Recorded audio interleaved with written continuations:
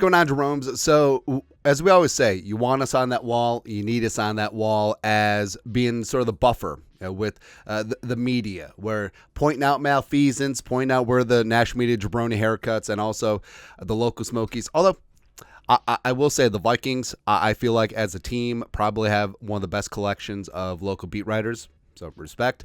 But yeah, when the media jabronis get out of line, we like to point things out because what they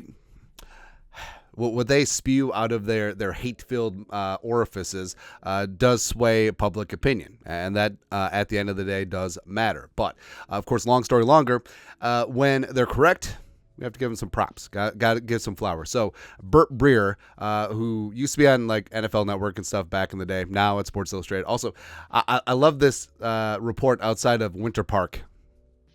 I think that Winter Park is now like an indoor tennis facility, or maybe it's indoor soccer. No, it's soccer because like Lifetime Fitness bought it. Still weird. Anyways, but yeah, Bert Breer. So he is definitely one of those national media jabroni haircuts. But he did give the Vikings some propers, which also unprompted propers, which I feel like carry even more weight. So he did up a mailbag last week, and when asked from Ian, which teams currently have the best chance to be a long-term contender based on their front offices, coaching staffs, and their rooster strengths? And he answered this. Ian, the San Francisco 49ers, Kansas City Chiefs, the two Super Bowl teams stick out as easy picks. I still love where the Cincinnati Bengals are, so long as Joe Burrow's injury luck turns. The Ravens and the Packers and the Eagles have all earned the benefit of the doubt over the years.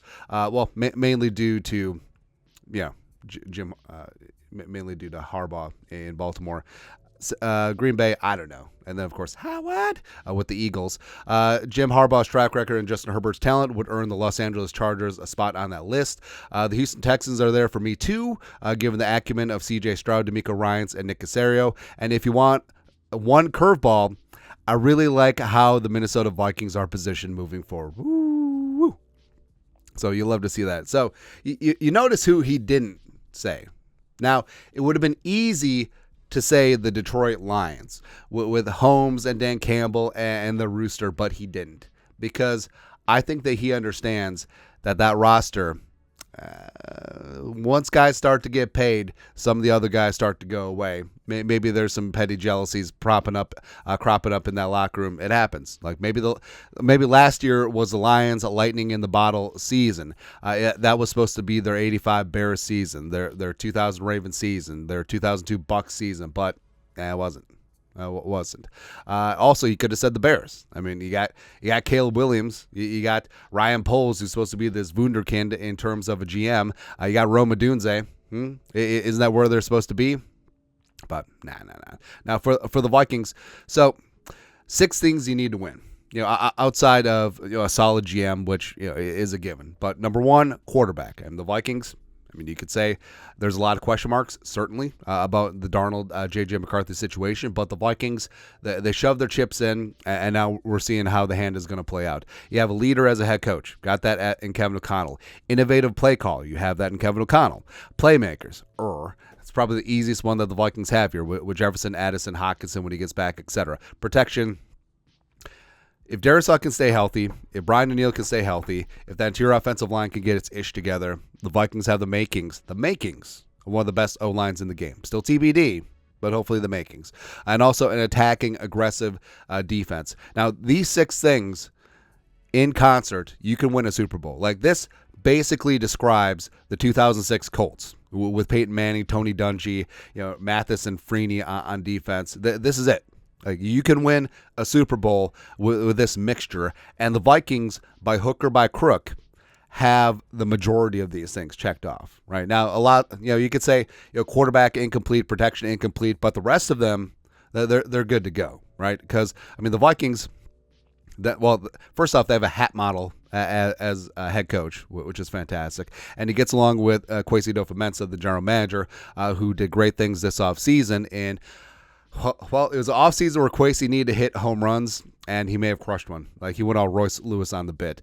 And yes, I mean, J.J. McCarthy drafted, grooming him to be the quarterback of the future. He's surrounded by talent, and also here's what's great too. So Bert Breer is a die-hard Ohio State fan. So it had to like hurt him a little bit to pick the Vikings as his curveball team that he really likes, because he can't root for a gentleman who went to that school up north. Okay. That guy. Yeah. But also, I mean, you do have the Sam Darnold factor, which Darnold is finally surrounded by talent and coaching for the first time in his career. So maybe it pans out with Darnold, who really knows. But then you got Addison, the best wide receiver, too, in the game, just completely fired up and looking good. I love that. Also, props to our guy, Eli Corbett. Oh, happy belated birthday, Eli. That's right, man. Also, you have Mount Darisaw at left tackle. Again, staying healthy, getting after things, plus hopefully the rest of that offensive line solidifies. And then you got more studs. Again, props to Eli Corbett again.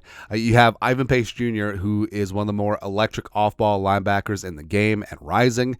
Diamond Dallas Turner, I think, is going to be one of the best young speed rushers in the league coming up. And Metellus and Beasley on the back end. I mean, there's a lot to like. And like I said, what Brian Flores did with his defense last year, with largely the same personnel from the Donatel year, it's amazing. It doesn't get talked about enough, and the fact that he got zero goose egg D'Angelo Russell head coaching interviews, it should be a shame on the league, because it's clear that they're freezing him out. It's complete BS, but it benefits the Vikings, and plus it benefits Flores, because that he's just gonna build a pissed off FU bully defense on that side, man. So again, the 6 things you need to win: quarterback, hopefully we'll have that. Leader as a head coach, got it.